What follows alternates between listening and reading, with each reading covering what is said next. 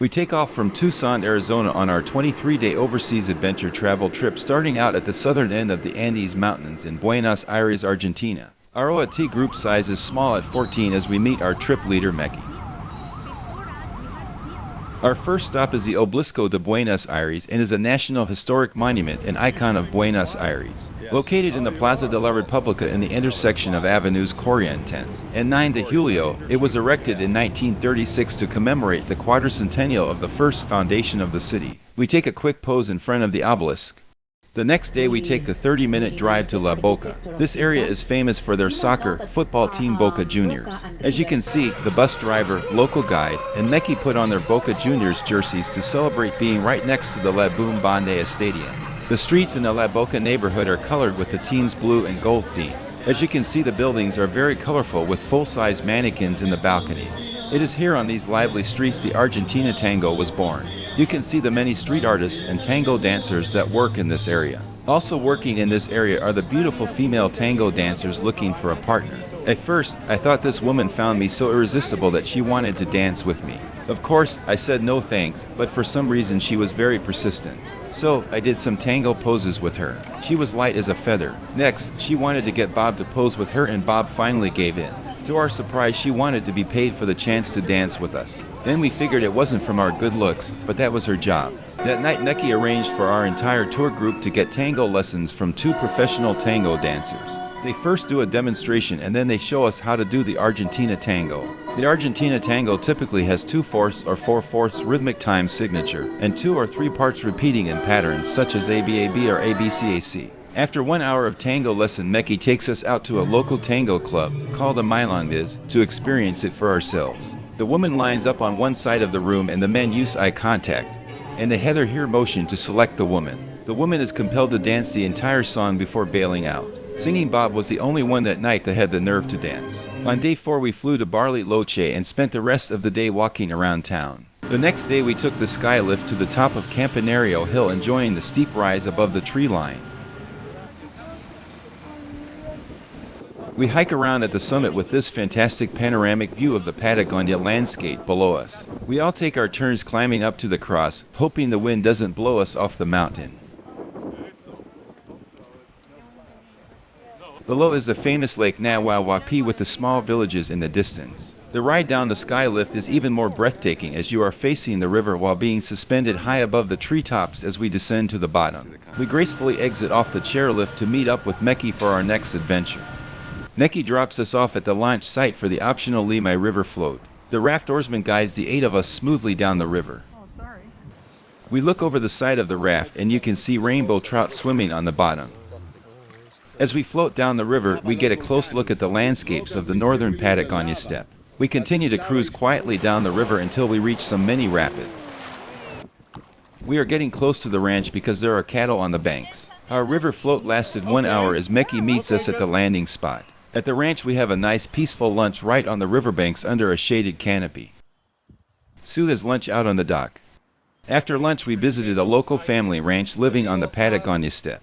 The host and Meki explain what mate is, a hot herbal tea drink. This is a cultural activity for many Argentinas. Sharing the same. Mate is a way to express a lot of things. Think when you are alone. When somebody arrives to your house, the first phrase is hi. The second is mate. At this ranch they set us up to do some horseback riding.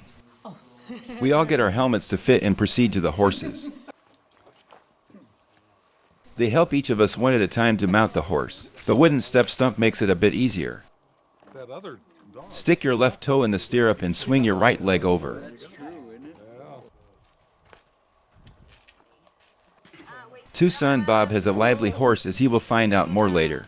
Eventually we are all on the horses and walk in a single line out to the pasture. I got to lead our group and found it very difficult to hold the camera steady as I had never been on a horse before and keep my balance while looking behind me. After a nice stroll in the pasture, we headed back to the stables. There was a minor incident with one of the riders falling off his horse and caused Bob's horse to take off in an intense gallop. Everyone was okay. They helped us off our horses one at a time. The step stump made it much easier as long as we could swing our leg over the horse. On day 7 we leave Bariloche, Argentina on our 9-hour bus trip to Puerto Varas, Chile. On the way, we made many stops to break up the long drive, including eating lunch at the Auto Museum in Macapuli, Chile. We were fortunate to be entertained by singing Bob. And the skies are not cloudy all day. Home, home on the range, where the deer and the antelope play, where seldom is heard a discouraging word. And the skies are not cloudy all day. On the way, we stopped to take photos of Mount Osorno in the distance, and right across the street we visit some llamas. Can you get a little closer? Here are a few more sights as we cross the Andes Mountains with snow-capped peaks and border crossing signs. As mentioned before, we stopped for lunch at an auto museum which has a large working model railroad display. We continue and reach our destination at Puerto Varas, Chile. The next day we took a short drive to Vicente Perez Rosales National Park, where we had a guided tour of the park. From the park we could see the snow-capped Osorno volcano. After the hike in the forest, we walked through the Petrolway Rapids, where chutes of water flow over ancient lava that has been polished by silt over the centuries into a bed of smooth stone. Puerto Varas is a charming town with breathtaking views of the Osorno volcano with Lake Lonque in the foreground. I took a night photo during a full moon before leaving Puerto Varas. On day 9 we head from Puerto Varas to Chiloé Island to Castro, Chile. We took a short ferry ride across the Chaco Channel. The bus drives off the ferry as we proceed to Castro. Now we are on Chiloé Island and arrive at a nice hotel overlooking the Bay of Fiordo de Castro. This bay has the famous palafitos, traditional wooden stilt houses painted in colorful hues which were common in many places on this island. We took a stroll downtown to the waterfront. We are fortunate to get a tour of one of these palafitos. The owner shows us around and the view from his back patio. Where's my feet go in my chair? The next day we have a day in the life of the Rilan community. We visited 2 local families. On the second family we helped prepare lunch, a traditional meal called a Curanto. Curanto is like stew cooked in a hole in the ground lined with rocks. The oysters go in first to produce the steam that will cook the food on top of them. Next go in the potatoes, then the carrots and pork, followed by green beans and chicken. It is covered in layers of large leaves. Finally, all of it is covered with grass sod to keep the heat in. While the stew is cooking in the ground, we make mikaos, a traditional dish and is a type of potato pancake. The mixture is stuck on a large wood post and rotated over an open flame. Notice the Chilean flag looks a lot like a Texas flag. Sue dances while we wait for lunch.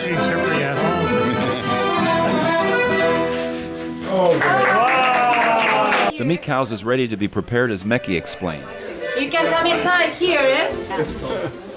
See, so now she's putting some butter. Etiqueta negra. It has like a southern. This is what it looks like when it is done, and it was very good. The food is ready as we remove the food in the reverse order. This reminded me of a Hawaiian Luau. I do too. The next day we leave Castro and drive to the Punihuil Wildlife Reserve. Do you see that luggage cart? That is what is used to haul the guests from the shore to the small excursion boats, so we don't have to step in the water and get wet. Our local guide explains how to tell the penguins apart. The eyebrow goes around the jaw, the other white line on top of the chest. If you look at the neck area, you should see 2 lines, can you? Yeah. It means that these are Magellanic penguins. When you look at the neck and you see one thick white line, you're looking at a Humboldt. Humboldts are rare, remember, but look at it. See the line? Yeah. This or like that. A true professional. Which line now? The line behind the... Right under the jaw, in the neck, if you see one thick line, that's a Humboldt. After our visit to the reserve, we drive to the airport in Puerto Montt and take a 2-hour flight to Punta Arenas. The next day we did a 3-hour walking tour of Punta Arenas. We started at a high point overlooking the Strait of Magellan. Punta Arenas became prominent in the late 19th century because of its sheep and wool industry as well as the discovery of gold nearby. Along the way, we see the memorial to explorer Ferdinand Magellan at the Plaza Muñoz Gamero. It is good luck to rub the foot of the statue as you can see the wear on his foot. We next took a tour at the Museo Nao Victoria, which showcases a life-size replica of the Magellan's expedition ship. This map shows Magellan's journey where the goal was to find a western route to the Spice Islands. He left Spain on the 20th of September 1519, sailed across the Atlantic, and discovered the strait that now bears his name, allowing him to pass through the southern tip of South America into the Pacific Ocean, which he named. The fleet performed the first ever crossing of the Pacific, stopping in what is today called the Philippines, and eventually reached the Moluccas, accomplishing its goal. Unfortunately, for Magellan, he was killed by a poison arrow on April 27, 1521, during a skirmish on the island of Mactan, which is now part of the Philippines. The expedition faced numerous hardships including 7 mutinies, starvation, scurvy, storms, and hostile encounters with indigenous people. Only one of the 5 ships, the Victoria, that started this expedition returned to Spain on the 6th of September 1522 with only 18 men out of the 270 that started. Nevertheless, the expedition was considered historic because it marked the first circumnavigation of the globe and proved that the world was round. We walk around on the ships and imagine how difficult it must have been to survive 3 years in these small quarters. Now that might steer it now. Yeah. Instead of being the anchor. We took some pictures behind the Strait of Magellan sign.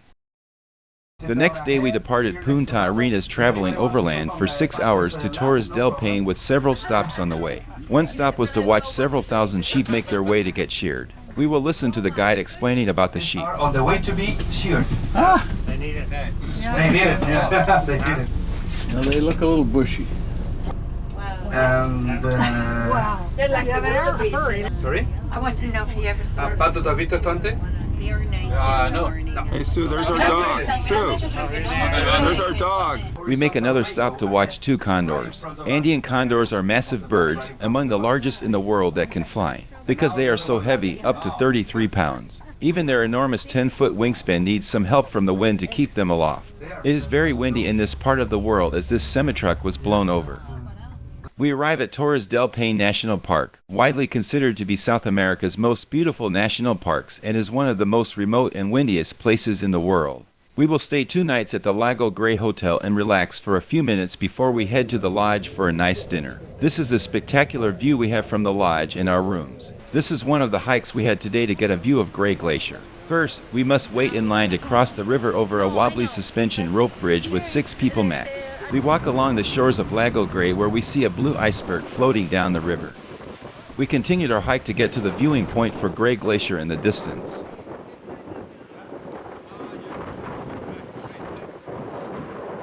The next day we have 2 hikes, and this is the first one, with Singing Bob providing the inspirational motivation again. A beautiful day. This hike is to Salto Grande, a rushing waterfall set between Lago Nordenschul and Lago Pico. We follow the windy trail in a single file up the mountainside. After a short trek we reach the scenic view of Lago Nordenschul. From here we spend a few minutes looking at the glacier and the towers of Paine Horns. Most of the time it's like that. It's cloudy. Okay? So whenever you take a look at that part, because it's We continue our hike to a closer viewing point of these towers. Here we rest for a quiet picnic. The view of the clouds and snow blowing off the top of the towers is spectacular.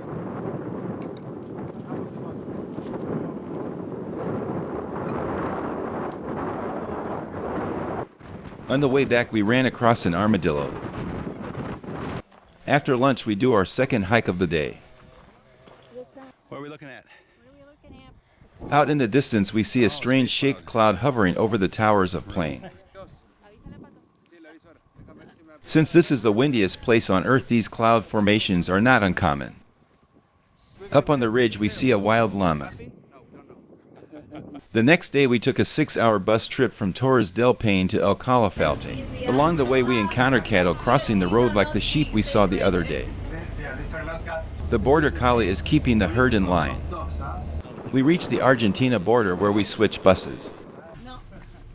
After a couple of hours, we reached El Calafate. The next morning, we pass Lake Lago Argentino and see a few swans on our way to Los Glaciares National Park.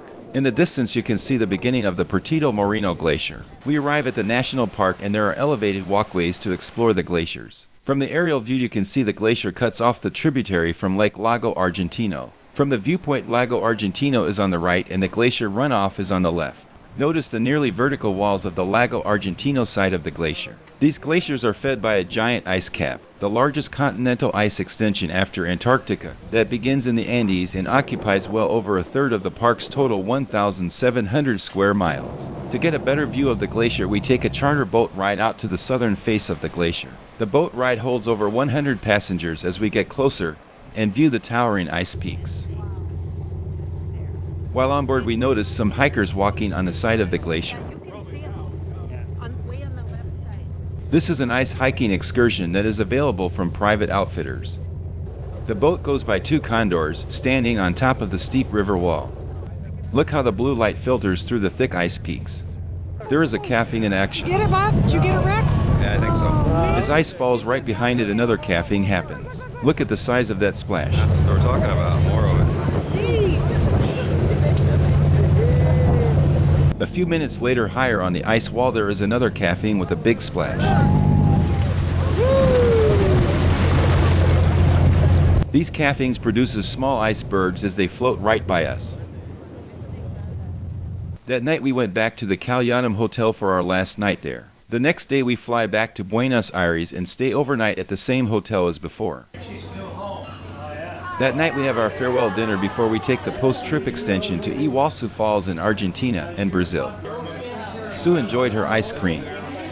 The next day we flew to Iguazu Falls. The Iguazu Falls are located on the border of Argentina and Brazil. Together, they make up the largest waterfall system in the world, with roughly 275 distinct falls and large islands. We will spend the entire day on the Brazil side of the falls. The sound of the water crashing down on the rocks is deafening.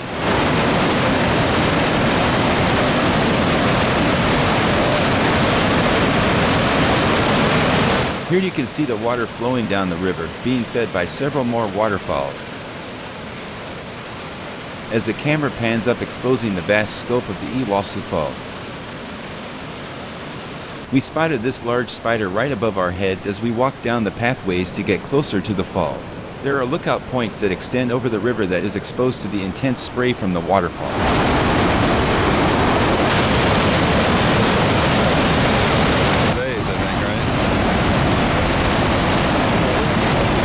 The waterfall is powerful as it thunders down below us. We walked over the trees to take the elevator up to the parking lot.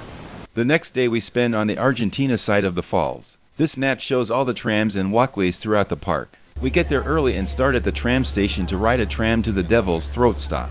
From there we walk towards the main photo op spot, Devil's Throat, before it gets too crowded. We reach the Devil's Throat, one of the most impressive waterfalls in the world.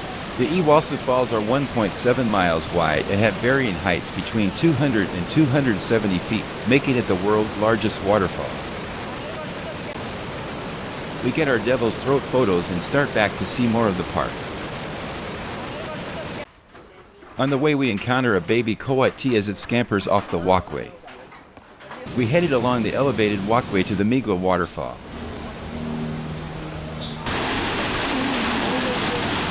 As the water falls, there are large vultures circling high above. When we arrive at this waterfall, we see the vultures pecking at some dead thing, following their pecking order.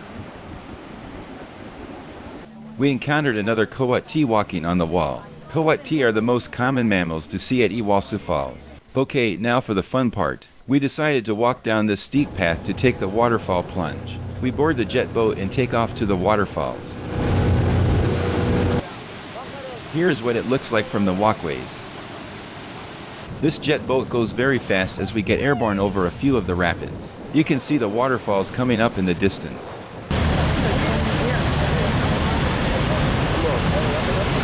We reach the first waterfall and maneuver into position to get to the ideal entry place. We wait for our turn. Here it comes. Boy, it is cold, but also refreshing as we got completely drenched. The boat guide takes videos of us, but I had my own GoPro camera to capture the experience. Here we go back in for another soak at the same waterfall. Now we head over to a larger waterfall as we chant. You can feel the water pounding on your head, knocking it back and forth. It takes us a few minutes to recover and then we chant, again, again.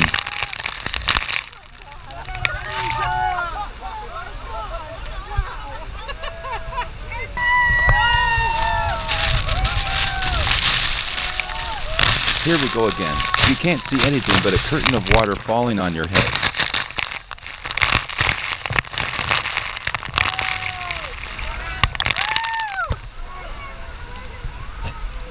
I wipe the lens off to see where we are at. Most of us said that was enough, and we all gave the crew a big applause. We survived being drenched from the largest waterfall in the world. On the ride out from the jet boat, we spotted a toucan picking a berry off a branch and eating it. Well, that is the end of our Andes to Patagonia, South America trip. We all had a great time.